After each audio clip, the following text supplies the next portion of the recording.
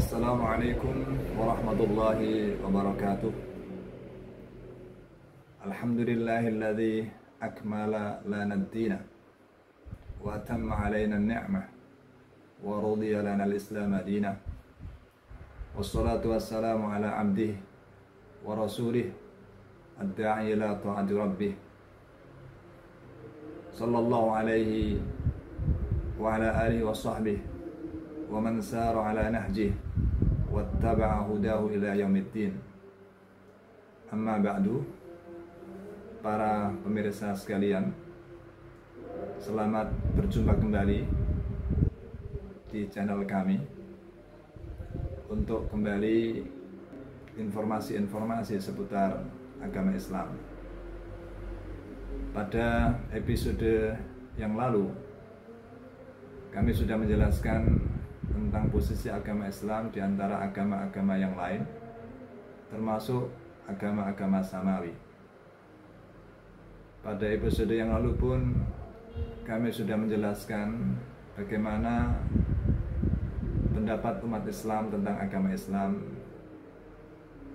yang intinya bahwa umat Islam pada intinya berkeyakinan bahwa Islam yang dibawa oleh Nabi Muhammad SAW adalah agama yang benar, dan itu dibuktikan dengan beberapa alasan-alasan yang mungkin subjektif karena didasarkan kepada dalil-dalil keagamaan yang bersumber kepada Al-Quran maupun Al-Hadis. Nah, pada kesempatan ini izinkan kami untuk memberikan semacam uraian yang lebih objektif tentang kebenaran Islam sebagai suatu agama, ditinjau dari hal-hal yang lebih objektif dalam arti pendekatan logika, sejarah, keilmuan, dan lain sebagainya. Maka izinkan pada kesempatan ini kami menyampaikan apa yang diyakini oleh umat Islam tentang kebenaran agama ini dengan alasan-alasan yang lebih mudah diterima oleh akal pikiran. Beberapa alasan atau bukti yang sering menjadi atau dijadikan dasar keyakinan bahwa Islam adalah agama yang benar adalah pertama, yaitu bahwa Islam atau ajaran Islam itu memiliki sumber yang otentik, sumber yang bisa dipercaya, sumber yang terjaga kemurnian dan keasliannya, yaitu adalah kitab suci Al-Quran. Kita tahu bahwa Al-Quran adalah kitab suci yang diturunkan 14 abad yang lalu, tetapi sampai sejauh ini isinya tetap sama, tidak mengalami perubahan apapun, baik di kalangan umat Islam yang berada di negara-negara Arab maupun di kalangan umat Islam di negara-negara yang lain termasuk di Indonesia. Al-Qur'annya sama, tidak ada versi-versi yang lain, tidak ada versi-versi yang bermacam-macam. Bahkan Al-Quran yang menjadi pegangan umat Islam itu juga masih tertulis dengan bahasa aslinya seperti saat ia diturunkan 14 abad yang lalu, yaitu dengan bahasa Arab. Tidak ada Al-Quran versi Indonesia, Al-Quran versi Inggris, tidak ada. Kalau toh ada terjemah, itu bukan Al-Quran. Yang disebut Al-Quran adalah yang berbahasa Arab, yang diturunkan oleh Allah Subhanahu wa Ta'ala kepada Nabi Muhammad. Itulah yang disebut Al-Quran. Bahkan dalam sejarahnya penulisan Al-Quran begitu ketat sekali, sehingga dalam sejarahnya Al-Quran dijaga oleh umat Islam baik secara tertulis maupun secara hafalan. Sebelum Al-Quran itu ditulis di atas lembaran-lembaran, umat Islam menjaganya dengan menghafalnya. Sehingga jika terjadi suatu kesalahan di suatu tempat, maka secara otomatis akan dikoreksi oleh orang Islam yang lain yang menghafalkannya. Begitu seterusnya. Sampai zaman sekarang pun juga demikian. Jika ada satu cetakan Al-Quran misalnya mengalami kesalahan, akan segera dikoreksi oleh umat Islam. Karena banyak orang yang menguasai Al-Quran dan baik dihafal maupun yang sudah tercetak secara paten, secara resmi. Inilah yang menjadikan Al-Quran itu unik, karena memang keasliannya tetap terjaga dan tidak mengalami perubahan-perubahan, sehingga tidak ada Al-Quran versi A, Al-Quran versi B, Al-Quran versi C, yang mungkin hal itu bisa terjadi pada agama yang lain. Tetapi Al-Quran hanya ada satu versi. Kemudian Al-Quran sendiri memiliki sejumlah kemukjizatan, satu hal-hal yang menakjubkan, baik bahasanya maupun isinya, yang itu mungkin nanti bisa dibahas secara khusus dalam episode yang lain. Nah, keterjagaan Al-Quran ini memang sudah menjadi bagian dari kehendak Allah, karena Allah sudah memberikan semacam jaminan di dalam Al-Quran, dalam firman-Nya surat Al-Hijr ayat 9, Inna nahnu nazzalna dzikra wa inna lahu lahafidun. Sesungguhnya kamilah yang menurunkan Al-Quran, dan sesungguhnya kami benar-benar menjaganya dan memeliharanya. Bagaimana Allah memeliharanya? Ya, dengan menjadikan umat Islam begitu antusias untuk membacanya, bahkan menghafalnya. Kita tahu bahwa umat Islam setiap hari pasti membaca Al-Quran, setidaknya surat Al-Fatihah, karena dalam sholat Al-Fatihah harus dibaca. Belum lagi yang membaca di luar sholat, tentu saja banyak yang membacanya. Belum lagi sebagian umat Islam, terutama kalangan terpelajar, mahasiswa, yang secara khusus menghafalkan Al-Quran. Ini banyak sekali fenomena semacam ini. Dan ini siapa yang menggerakkan? Kalau bukan Allah yang menggerakkan, tidak mungkin itu terjadi. Dan itu adalah bagian dari kehendak Allah untuk menjaga keaslian dan kemurnian kitab suci ini dari hilangnya, dari kehilangan atau dari perubahan yang mungkin bisa terjadi sebagaimana yang terjadi pada kitab-kitab suci agama-agama yang lain. Kemudian bukti yang lain yang menjadikan Islam itu memiliki kekuatan sehingga mudah diterima baik secara akal maupun secara naluri adalah bahwa ajaran Islam itu sesuai dengan akal pikiran dan fitrah manusia. Salah satu contoh masalah konsep ketuhanan. Kita tahu bahwa dalam Islam konsep ketuhanannya adalah tauhid. Meyakini adanya Tuhan yang esa, yang satu, yang tunggal, bukan Tuhan yang banyak. Nah, konsep tauhid ini mudah diterima oleh akal. Sedangkan konsep ketuhanan yang politeisme ini sulit diterima oleh akal sehat. Memang dalam sejarah munculnya agama atau kepercayaan pada Tuhan, pada mulanya dulu umat manusia itu mempercayai banyak sekali Tuhan. Percaya kepada roh-roh, kekuatan-kekuatan gaib itu banyak sekali, yang kemudian menyusut menjadi Tuhan-Tuhan yang tertentu dengan jumlah yang masih banyak, tapi jumlahnya lebih kecil dari sebelumnya, dengan sebutan dewa-dewa. Ada dewa Zeus, dewa Jupiter, dewa Saturnus, dewa macam-macam, tetapi dalam jumlah yang lebih kecil daripada masa sebelumnya. Kemudian sejarah ketuhanan itu juga mengalami mengecil kembali menjadi Tuhan itu membentuk sebuah semacam keluarga. Ada Tuhan ayah atau Tuhan bapa, kemudian ada Tuhan anak dan lain sebagainya. Tapi di situ masih menganut politeisme, artinya tidak Tuhan yang esa. Tapi Islam membawa konsep ketuhanan yang Maha Esa, tidak ada Tuhan selain Allah.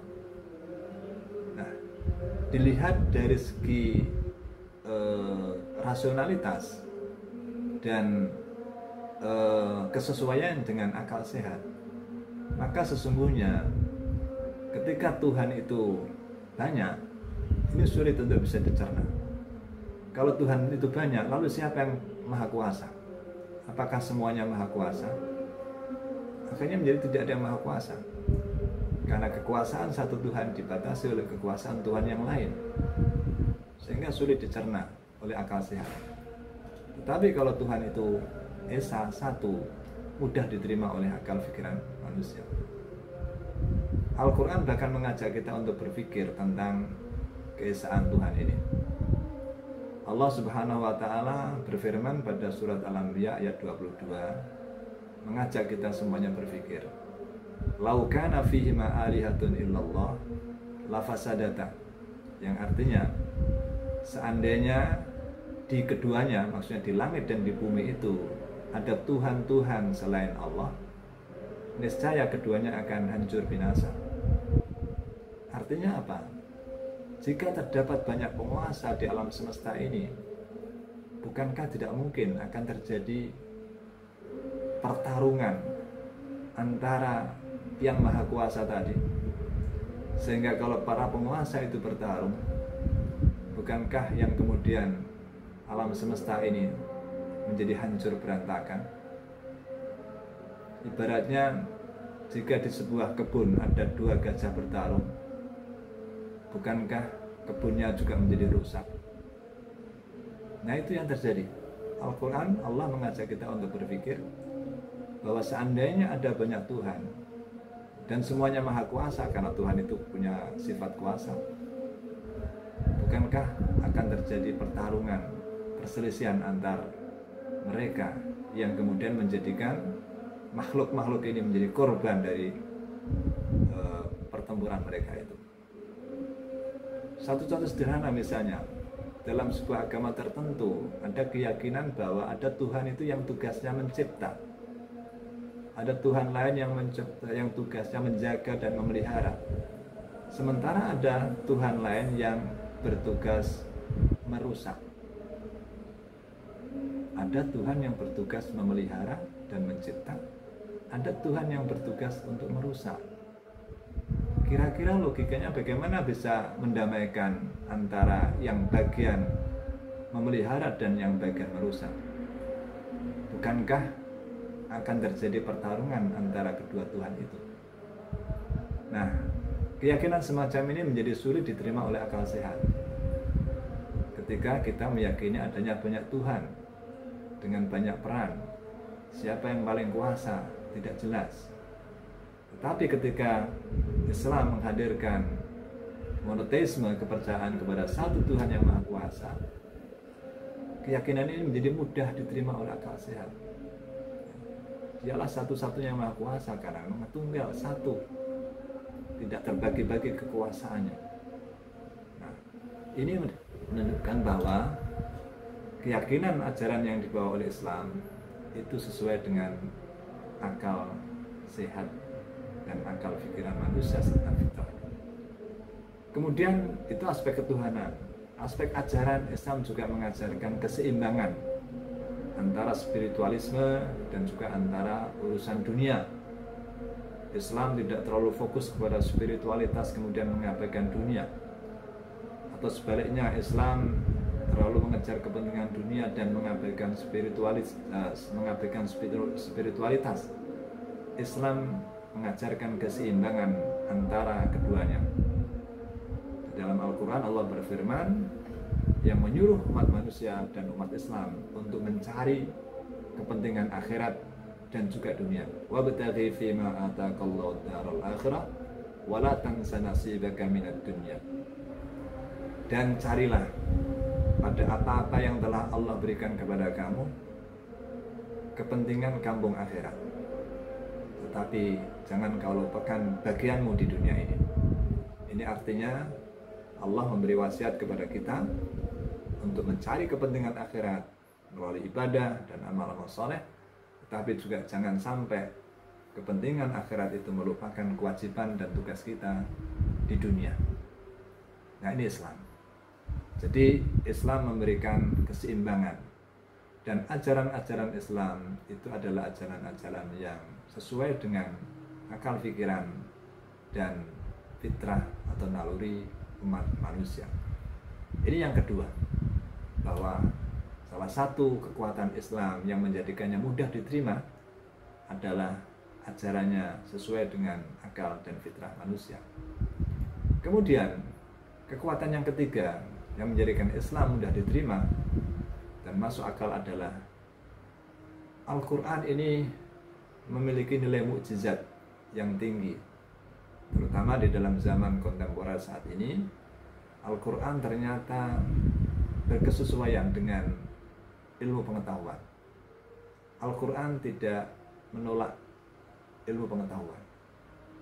Bahkan Al-Quran dalam banyak ayat menganjurkan umat Islam untuk berpikir, merenungkan tentang fenomena-fenomena penciptaan alam semesta ini dan menganalisanya, memahaminya, mencari ilmu pada fenomena-fenomena yang ada di sekitarnya, merenungkan dan sebagainya. Dalam Islam, tanda Allah itu ada dua, ayat Allah itu ada dua, yaitu ayat Qur'aniyah, karena itu adalah firman-firman Allah yang diwahyukan kepada Nabi Muhammad.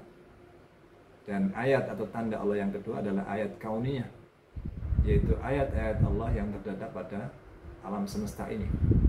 Karena adanya Allah, salah satu buktinya adalah adanya ciptaannya, dan ciptaannya itu adalah pada alam semesta yang ada di sekitar kita.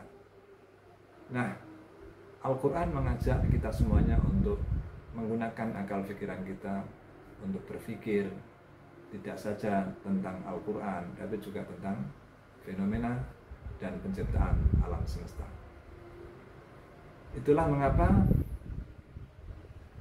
beberapa abad terakhir ini ditemukan bahwa Al-Quran ternyata juga memiliki kesesuaian dengan perkembangan ilmu pengetahuan. Kita tahu bahwa Al-Quran diturunkan 14 abad yang lalu, tetapi ternyata beberapa ayat Al-Quran mengisyaratkan kesesuaian apa yang dinyatakan Al-Quran dengan apa yang ditemukan oleh ilmu pengetahuan beberapa tahun atau abad terakhir ini. Beberapa contoh misalnya, dalam dunia ilmu pengetahuan tentang teori terciptanya alam semesta, ada sebuah teori yang dikenal dengan Big Bang. Dan itu adalah teori yang paling kuat yang sementara ini dipegang oleh kebanyakan orang. Big Bang adalah sebuah teori yang menyatakan bahwa alam semesta ini berasal dari sebuah gumpalan besar yang kemudian meledak, dan akhirnya dari ledakan itu terciptalah planet-planet, bintang-bintang yang bertebaran di sekitarnya, seperti yang kita lihat di angkasa saat ini. Teori ini kalau dicocokkan dengan ayat Al-Quran, ada ayat Al-Quran yang mengisyaratkan hal yang mirip dengan teori itu. Misalnya dalam surat Al-Anbiya ayat 30, Allah berfirman, awalam yaral ladzina kafaru annas samawati wal arda kanata ratqan fafataqnahuma. Artinya, dan apakah orang-orang kafir tidak mengetahui bahwa langit dan bumi itu keduanya dulunya adalah sesuatu yang padu, kemudian kami pisahkan antara keduanya. Jadi Al-Quran pada ayat ini mengisyaratkan bahwa dulu langit bumi itu adalah sesuatu hal yang padu, berarti satu kesatuan. Tapi kemudian dengan kehendaknya Allah memisahkan keduanya. Sekarang bumi ada di sini, langit ada di sana, dengan seluruh planet-planet dan bintang-bintang yang ada di langit sana. Ini tentang kejadian alam semesta. Kemudian ada juga fenomena yang ditemukan oleh ilmu pengetahuan, dan ternyata ada ayat yang memiliki kesesuaian makna dengan itu. Misalnya sebagai kelanjutan dari teori Big Bang tadi adalah apa yang disebut dengan expanding universe. Jadi alam semesta yang mengembang, alam semesta yang terus membesar, meluas, mengembang. Itu namanya expanding universe. Kalau Big Bang tadi adalah bahwa alam semesta ini bermula dari satu gumpalan yang meledak. Nah, ketika meledak itu kan kemudian percikan-percikan atau serpihan-serpihan ledakan itu kan kemudian meluas, melebar ke tempat yang semakin jauh. Nah, fenomena inilah yang ditemukan oleh para ilmuwan astronom pada sifat atau kecenderungan planet-planet di alam semesta. Ada kecenderungan planet-planet semakin mengembang, semakin menjauh satu dengan yang lain, yang berasal dari sebuah pusat ledakan. Dan itu nampaknya ada kesesuaian dengan apa yang dinyatakan Al-Quran dalam surat Az-Zariyat ayat 47. Allah berfirman, "Was-samaa'a banainaha bi'aidi wa inna lamusi'un." Dan langit itu kami bangun dengan kekuasaan kami, dan sesungguhnya kami benar-benar meluaskannya. Jadi langit itu berada dalam kekuasaan Allah, dan kami benar-benar meluaskannya, menjadikan meluas, expanding ya, expand, meluas. Nah, ini diantara contoh saja. Kemudian yang lain tentang, kita ketahui bahwa di permukaan bumi ini ada laut, ada samudera. Dua laut bertemu, dua samudera bertemu.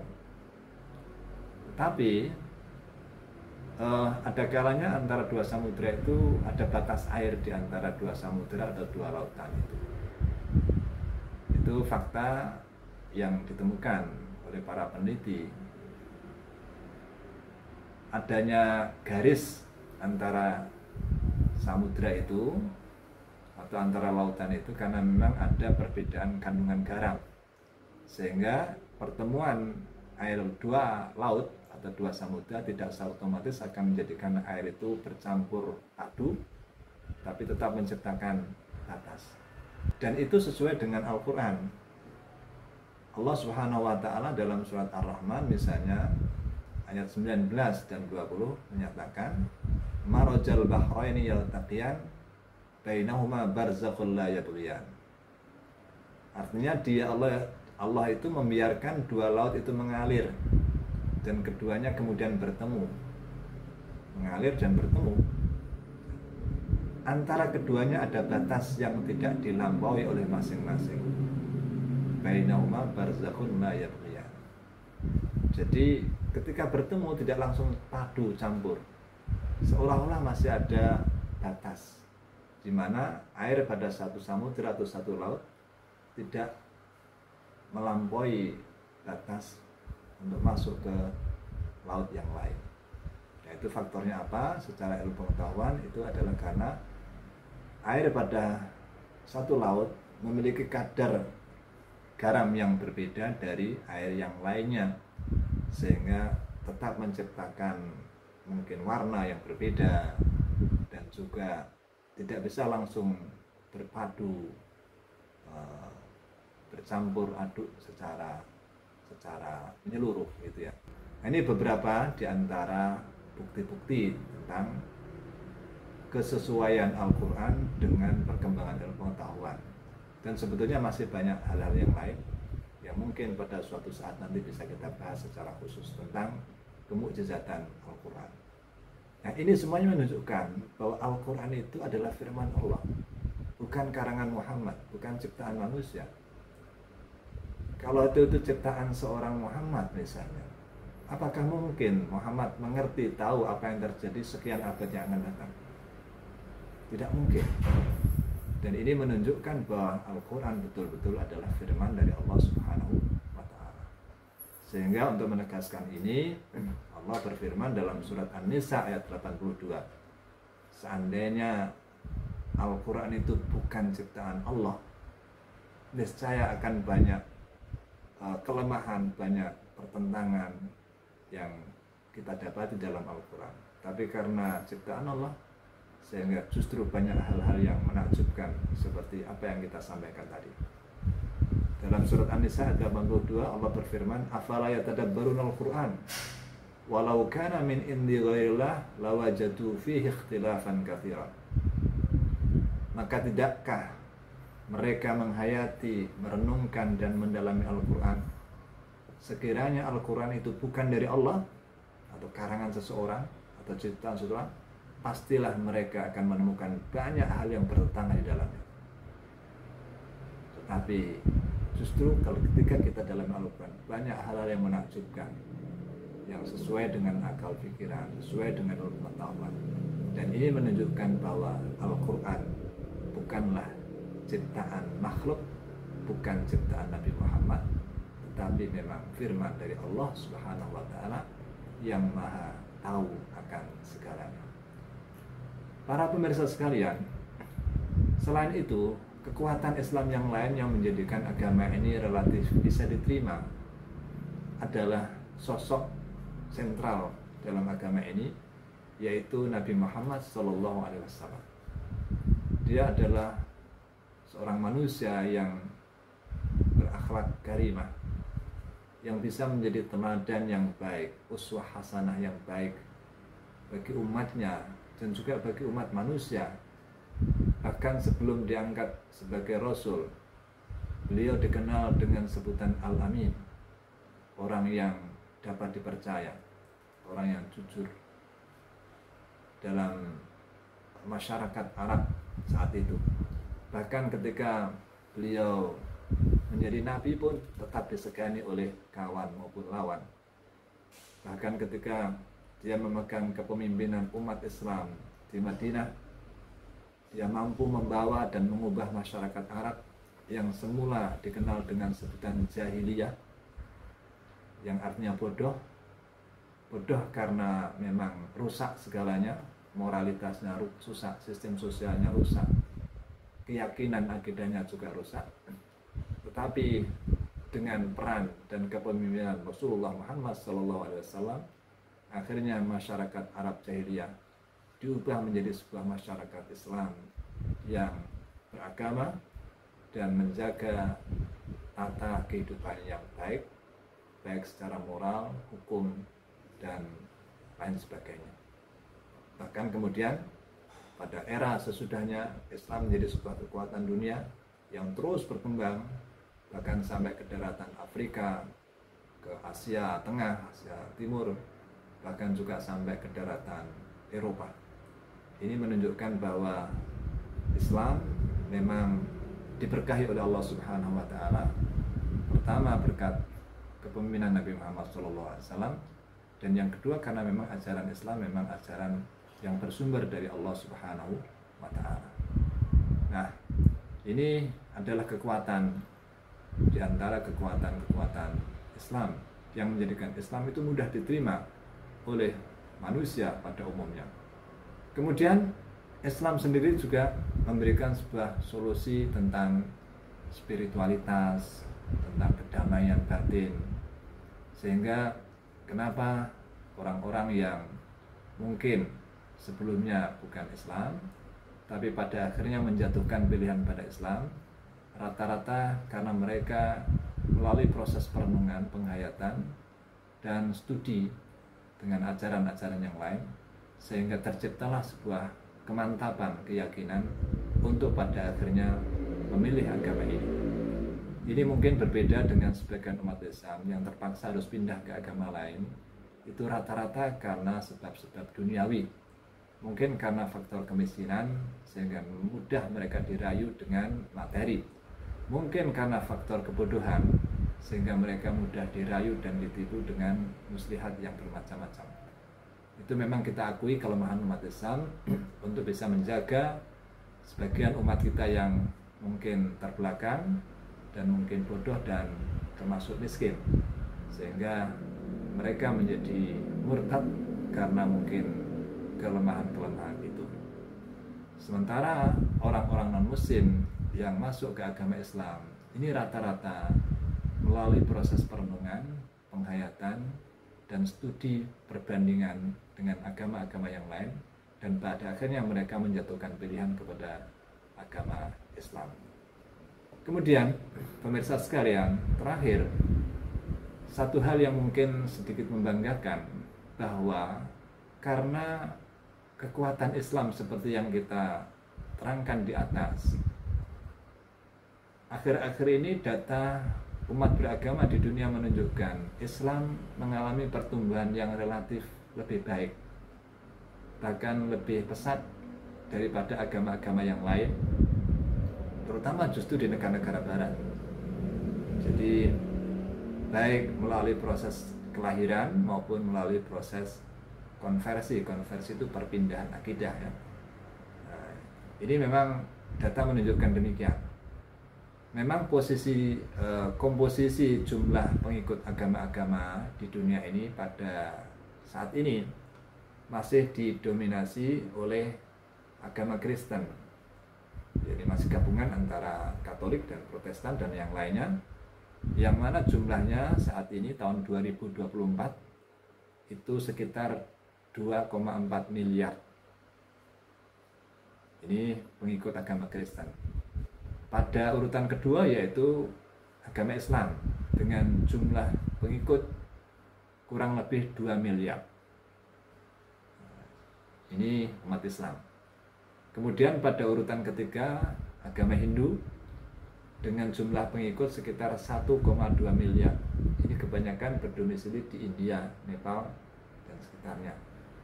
Termasuk juga ada yang di Indonesia. Kemudian yang keempat adalah Buddha dengan jumlah sekitar 500 juta orang. Ini juga berada di India, mungkin juga di Tiongkok, atau mungkin di Indonesia, dan di beberapa tempat yang lainnya.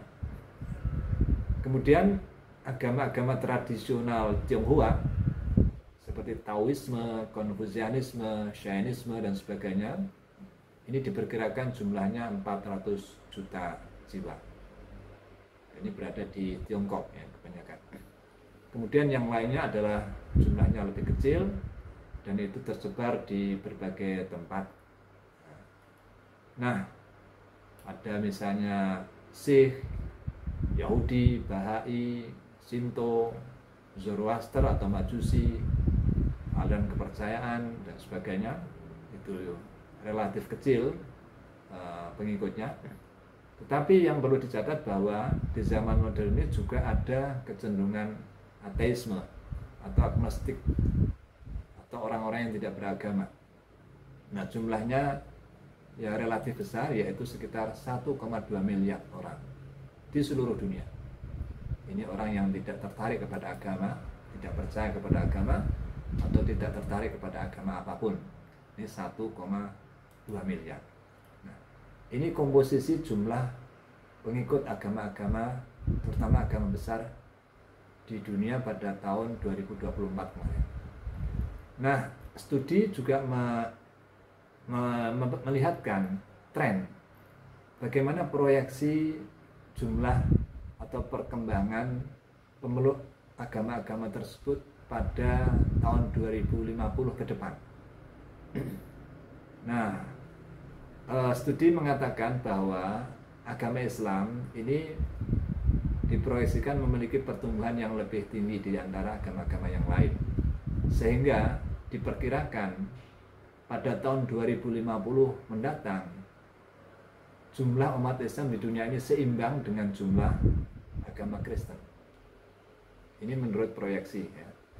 Karena apa? Karena tingkat kelahiran di kalangan Muslim itu cukup tinggi, terus banyak populasinya itu yang relatif masih muda, sehingga ada kemungkinan mengalami pertumbuhan yang lebih tinggi.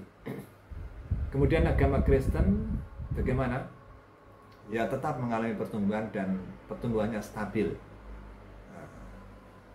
tetapi lebih lambat dibandingkan pertumbuhan Islam, sehingga tahun 2050 diperkirakan jumlahnya sama. Dan ini penyebarannya memang luas di Eropa, di Amerika Utara maupun Eropa Selatan, juga di beberapa negara Asia. Kemudian Hindu diperkirakan pertumbuhannya moderat, biasa-biasa saja, karena rata-rata mereka adalah berada di negara India dan Nepal. Kemudian agama Buddha diperkirakan stagnan atau mungkin sedikit menurun. Karena apa? Karena populasinya saat ini itu banyak yang tua. Sementara tingkat kelahirannya justru rendah.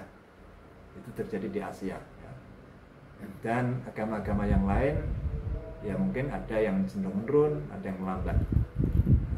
Ini sekedar hasil kajian atau penelitian tentang proyeksi pertumbuhan pengikut agama di dunia untuk sekitar 25 atau sampai 100 tahun ke depan.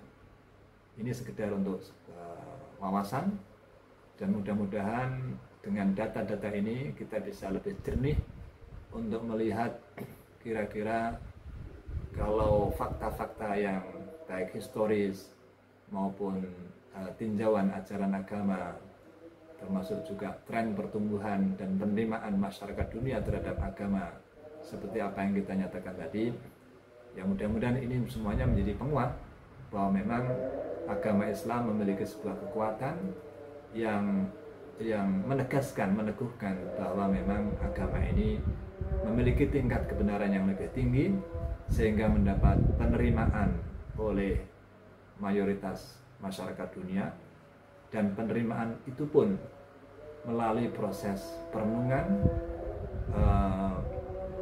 pemikiran yang sehat dan sebagainya, bukan karena faktor-faktor yang lain, bukan karena faktor kolonialisme, bukan karena faktor rayuan-rayuan dunia dan sebagainya. Sehingga mudah-mudahan ini bisa meneguhkan kembali terutama keyakinan umat-umat Islam tentang kebenaran Islam sebagai agama wahyu yang bersumber dari Allah Subhanahu wa Ta'ala, yang sesuai dengan kebutuhan kita semuanya.